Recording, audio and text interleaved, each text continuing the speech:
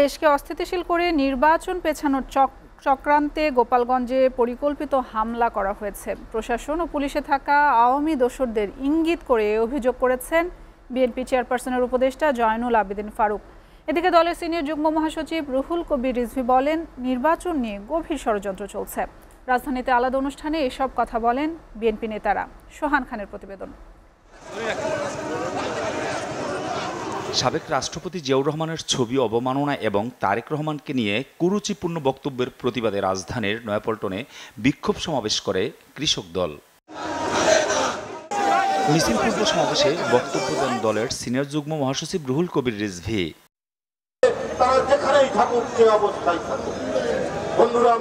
ফ্যাসিবাদ পতনের 1 বছর পার হলেও সংস্কার ইস্যু সামনে এনে নির্বাচন নিয়ে গভীর ষড়যন্ত্রের কথা বলছেন রিজভী। তার জন্যই এত আত্মত্যাগ, তার জন্যই এত কিছু। তাহলে ভোট কেন পিছাবে? এটা তো আজকে গোটা জাতির প্রশ্ন। অত্যন্ত ভিতরে নিশ্চয়ই তাহলে কোনো গভীর ষড়যন্ত্র চলছে। আমরাও বলেছি সংস্কার চাই যৌক্তিক সময়, নির্বাচন দিন, একটা নির্দিষ্ট সময় বলে দিন, বেশি প্রলম্বিত করবেন না, এটাই আমরা বলেছি। সম্প্রতি তারেক রহমানকে নিয়ে নানা কটূক্তি ও ষড়যন্ত্রের জবাব দেন তিনি। নিপীড়িত নির্যাতনের এক প্রতীক হচ্ছে তারেক রহমান, তাকে যেভাবে করা হয়েছে। অথচ আপনারা মিছিল করলেন বিভিন্ন জায়গায়, আপনার ফেসবুকে, সামাজিক গণমাধ্যমে বিভিন্ন কন্টেন্ট তৈরি করে আপনারা সেখানে আজে বাজে বিভিন্ন ধরনের কথাবার্তা বলছেন।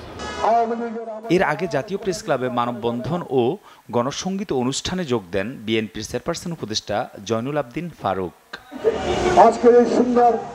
গোপালগঞ্জে এনসিপি নেতাদের উপর হামলার ঘটনা পরিকল্পিত দাবি করে তিনি বলেন, এসবের মাধ্যমে অন্তর্বর্তী সরকারের ক্ষমতা দীর্ঘায়িত করার চক্রান্ত চলছে।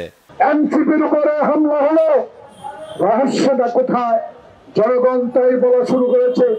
লন্ডনের বৈঠক পর এই দেশে যত একটি নির্বাচিত সরকার না হতে পারে তারই ইঙ্গিত বহন করে এই সকল ষড়যন্ত্র সৃষ্টি করে ভোটের সুষ্ঠু পরিবেশ নিশ্চিত করে অন্তর্বর্তী সরকারকে নির্বাচন আয়োজনের আহ্বান জানান জয়নুল আবেদিন ফারুক।